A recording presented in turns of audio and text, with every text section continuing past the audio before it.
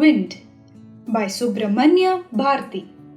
The poem Wind was originally written by Subramania Bharati, a renowned poet in the Tamil literary culture.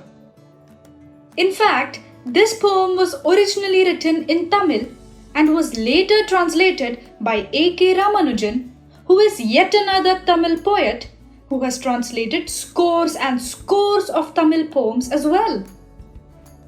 Subramania Bharati is known all over South India as Mahakavi Bharati for his patriotic songs during the freedom movement and his poems that empower women. But apart from such seemingly heavy themes, Subramania Bharati also indulged in writing about the little things and about nature and what one can learn from them. And one such work is this very poem, where he writes about the wind, its strength, both physical and mental, and compares it to human nature. We ourselves use the wind quite a lot without particularly realizing it. Can you think of a few phrases and idioms that use the wind to describe a situation or to describe how a person is feeling? You could use it in a sentence to illustrate the example. Throw caution to the wind, act in a completely reckless manner. In the wind, something that is imminent or likely to happen. The way the wind blows. Try to understand or discover information about a situation, others' opinions, etc. Run like the wind. Run very fast. Getting the wind knocked out of you. Getting punched in the gut. The science behind this phrase roots from having one's diaphragm spasm and contract following a sudden force or impact. Now that we have a decent idea of the many ways humans can relate to wind, let us have a closer look at the poem. Wind comes softly. Don't break the shutters of the windows. Don't scatter the papers. Don't throw down the books on the shelf. In the first few lines, the poet addresses the mammoth task of being amiable with the wind, given its strong, destructive, and chaotic nature. To explain this, he proves the example of shutters breaking, papers flying, and books falling. There, look what you did. You threw them all down.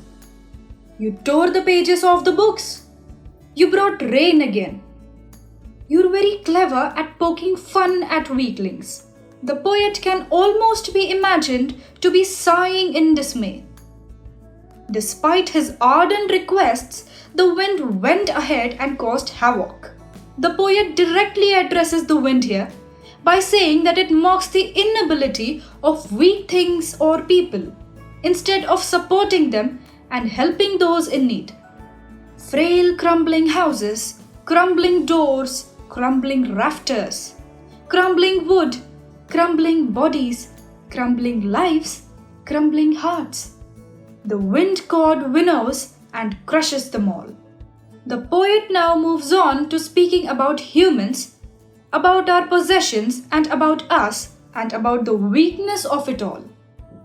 Everything about us is disintegrating and falling apart.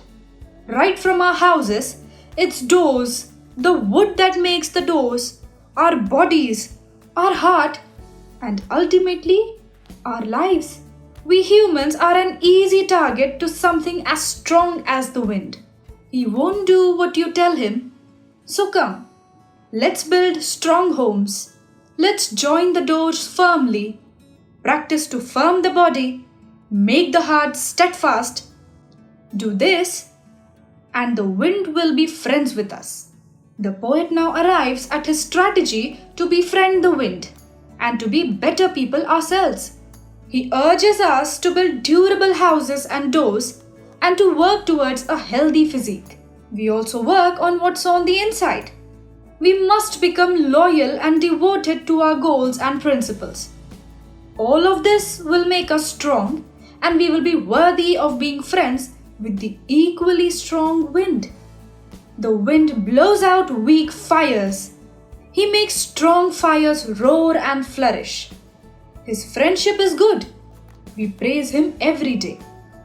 Subramania Bharati illustrates the paradoxical nature of wind, about how the wind blows out weak fires but at the same time makes strong fires even stronger.